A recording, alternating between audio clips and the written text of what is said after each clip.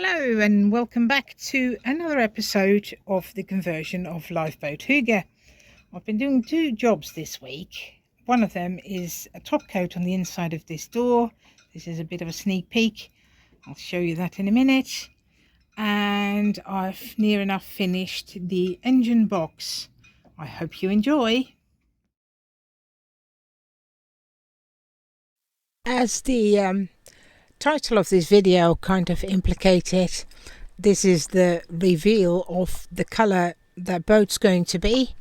As you've seen many times before, the hull is white with a red brownish anti-foul.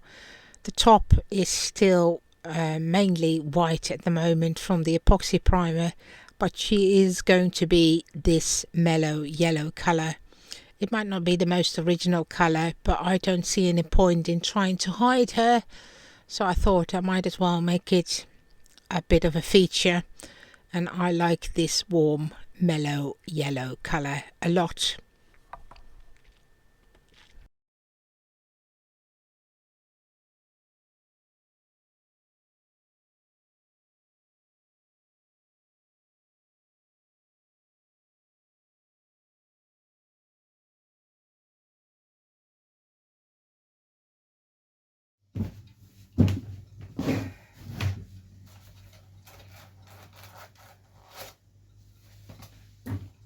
So there's more sound insulation going around the engine box. This is the bit that is a continuation of the top of the engine box.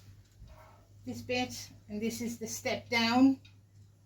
And there's another step which I'll have to finish off. But I'm just insulating this bit. Try and get the engine as quiet as we can for several reasons. If you're travelling for any length of time, and this being a motorboat, it'll get quite annoying listening to the drone of the engine. Even though I think it's a very nice engine, it is quite loud being this powerful, and it will be nice to have a conversation when you're actually cruising and not have to shout at each other. And this should take care of a lot of the noise. It's the same material I've been using on the inside of the actual engine hatch, the neoprene foam, 10mm thick, with the reflective foil on the outside. It's got a sticky back, so it goes in quite easily. And I do a couple of layers of this. It did make quite a difference on the engine hatch, but with the forward bit still being open, a lot of sound and noise still came through, of course. So this should take care of it once that's all buttoned up. There's a couple of breathers for the engine to go in the back bit in the cockpit. I'll show you that in a later episode. And yeah, we've been getting the engine sorted and get that as soundproofed as we can. So there's a couple of more layers of this to go. Looks quite neat. All of this will come out. I'll show you in a bit how that all goes together, and I'm quite happy with it. I left you in last week's video saying that I was still thinking about how to solve the steps and the access to the engine, and I've managed to sort that out this week. It's not finished by any means. As you can see, there's still quite a bit of filler and everything on there. It needs painting, but I'll show you what I've done anyway at the end of this one, and I'll also show you how it all comes apart. So it is quite important for access to be able to take things apart. It's still a bit stiff as the primer is quite rough, and it still needs finishing off and fine-tuning. So this top step comes out. After you flip back the top bit, it's a bit easier to do.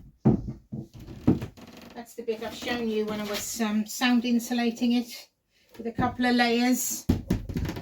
And the tops and the bottom steps comes out as well. I haven't quite done that just yet to fully sound insulate that. But this way I can get to the front of the engine. The towel's just there to keep the dust off, because I don't want everything to go on top of the engine.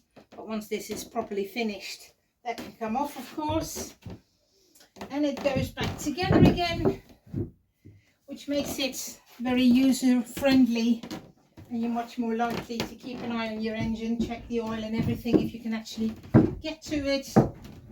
That all kind of falls into place. That comes back again, that bit of a shove, and then that's all together.